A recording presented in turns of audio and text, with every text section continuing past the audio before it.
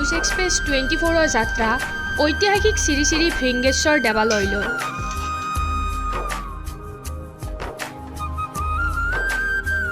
এই দেৱালয়খন কামৰূপ জিলাৰ অন্তৰ্গত বংশৰ গাঁৱৰ পশ্চিম প্ৰান্তত বৰ্তমানৰ খানপাৰা পৰ্বতত অৱস্থিত।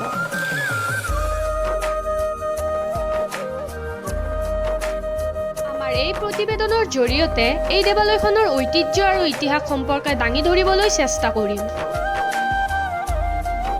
দেৱালয়খনৰ উপাস্য দেৱতা হ'ল শিৱ। দেৱালয়খনত কোনো ৰজাদিনীয়া বিগ্ৰহ নাই যদিও স্বৰ্গদেউ শিৱসিংহৰ দিনত শ্ৰী শ্ৰী ভৃংগেশ্বৰ দেৱালয়ৰ নামত বৰৰজা ফুলেশ্বৰীৰ নিৰ্দেশত 1650 হওক বা 1728 খ্ৰীষ্টাব্দত জেঠ মাহত দিহিঙীয়া বৰফুকনে এখন তামৰ ফলি প্ৰদান কৰিছিল। তদুপৰি এই দেৱালয়ৰ ভৰণ পোষণৰ বাবে স্বৰ্গদেউ শিৱসিংহই প্ৰায় 3178 বিঘা মাটি দান কৰা কথা উল্লেখ আছে।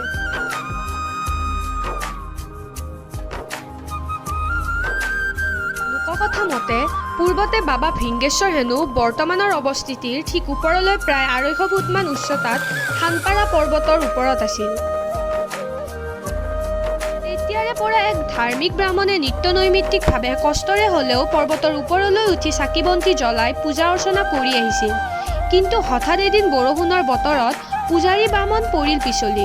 কঁকালত দুখ পালে। মনৰ বেজাৰত বেচেৰাই গোসাঁইৰ ফালে চাই ক'লে, প্ৰভু, দুখ অপৰাধ মৰিখন কৰিব।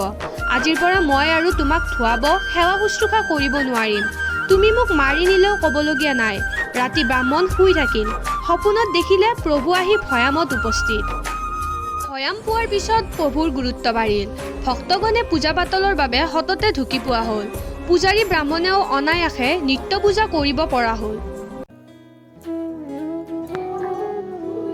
এয়া হৈছে আমাৰ স্বজনকৰ্তা ব্ৰহ্মা। আমাৰ জীৱ জন্তু গছ গছনি তৰু লতা যিমান আছে স্বজন কৰিছিল দেৱ ব্ৰহ্মাই। তেওঁলোক দুজনে পালন কৰ্তা বিষ্ণু। এই বিষ্ণু থকাৰ কাৰণে ভগৱান শ্ৰীকৃষ্ণৰ দোল উৎসৱটো পালন কৰা 3 দিনীয়াকৈ পালন কৰা হয়। এয়া হ'ল দশা ভুজা পঞ্চনন শিৱ। এওঁৰ 10খন হাত আছে, 5টা মূৰ আছে। তেওঁ বিষৱৰ ওপৰত বহি পেলাই, এইটো বিষৱ তেওঁৰ বাহন, বিষৱৰ ওপৰত বহি পেলাই পদ্মাসন কৰি এই পাৰ্বতীক দুৰ্গাক লৈ আছে কলাত। তেওঁ অহু অষ্টমীৰ দিনা ইয়াৰ পৰা মাধৱ কেদাৰ কামেশ্বৰে আহি আগত লৈ ইয়াৰ পৰা যাত্ৰা কৰে শুৱালকুছি মহাবাবু ব্ৰহ্মপুত্ৰ তাতে স্নান কৰায় আৰু তাতে তেওঁলোকে অলপ জিৰণি লয়। এয়া হ'ল মহাদেৱৰ ভল্লী কুবীৰ।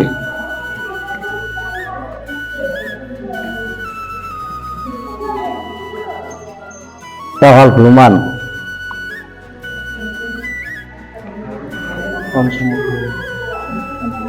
এয়া হ'ল শিৱ। এয়া দুৰ্গা। এয়া শিৱ। দুৰ্গা দুৰ্গা তেওঁ শিৱ। তেওঁ লাৰৰ গোপাল। এইটো লাৰৰ গোপালৰ কথা কৈছো। এইটো মানে শিলৰ ভিতৰৰ পৰাই পোৱা হৈছে। ইয়াত আমাৰ বিয়া বাৰুখিনি চলোৱা হয়। যিটো আমাৰ মানে ইয়াতে বিবাহ হয়, বিবাহ আহে, বিবাহখিনি আমাৰ ইয়াতে সমগ্ৰখিনি কৰা হয়। এইটো শিৱসিংহৰ ৰজাৰ দিনত স্থাপিত হোৱা বুলি আমি তাম্ৰপল্লীৰ পৰা তথ্য পোৱা গৈছে। মানে এই তাম্ৰপল্লীখনত যিখন আপুনি লিখা থকা বুলি ক'লে সেইখন বৰ্তমান এতিয়া ক'ত আছে? নলবাৰী পূৰ্ব ভাৰতী মিউজিয়ামত বৰ্তমান এই তাম্ৰপল্লীখন সংৰক্ষিত হৈ আছে। মানে এইখন মানে তাম্ৰপল্লীখন ইয়াৰ পৰা নলবাৰীলৈ লৈ যোৱা কিহৰ কাৰণে লৈ যোৱা হৈছে? পূৰ্বতে নলবাৰী গুৱাহাটী দলে আছিল, তেওঁলোকৰ শেষ পৰ্যায়ত এই তাম্ৰপল্লীখন নি পেলাই তাত দানপত্ৰ হিচাপে দি দিছে।